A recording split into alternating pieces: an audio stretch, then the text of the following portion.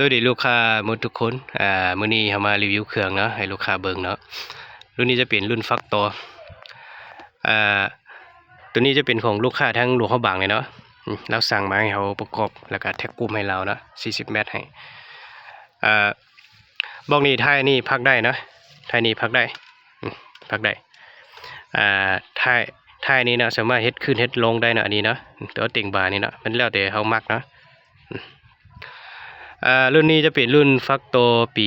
2025นี่เนาะอัปเกรดมาใหม่ล่าสุดนี่ผลิตเมนวันที่22นี่เนาะปี2025ตัวนี้กล้องนี้จะเป็นกล้อง BSA ตัวนี้นะตัวมีหมายจำเครื่องกลางเนาะเอามารีวิววันหลายเลยเนาะกล้องนี้เนาะวาล์วจะเป็นวาล์วกริแก๊สวาล์วปรับได้ถังจะเป็นถังคาร์บอน 0.5 เนาะเราจะเป็นเราที่เคยาว50ซังตีแล้วก็12เกี่ยวเราตัวนี้เอารับประกันให้ลูกค้า6 เดือนอันนี้นะตัวนี้เอาแท็กกลุ่มโอเคหมดเลยอันนี้นะ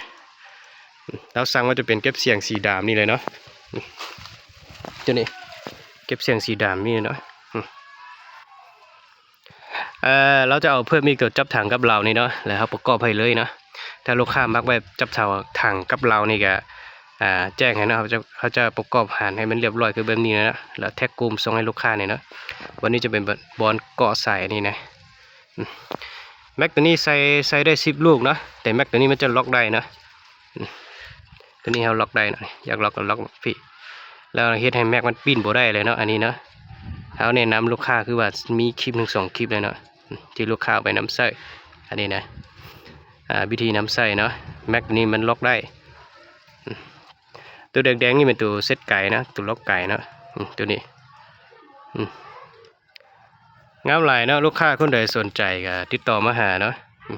ยิงลูกเบอร์2ด้วยนี่นะยิงลูกเบอร์2ยิง40 เมตรให้ลูกค้าเลยเนาะเหลือนั่นลูกค้าเอาไปปั๊บเอาเองเนาะเดี๋ยวนี้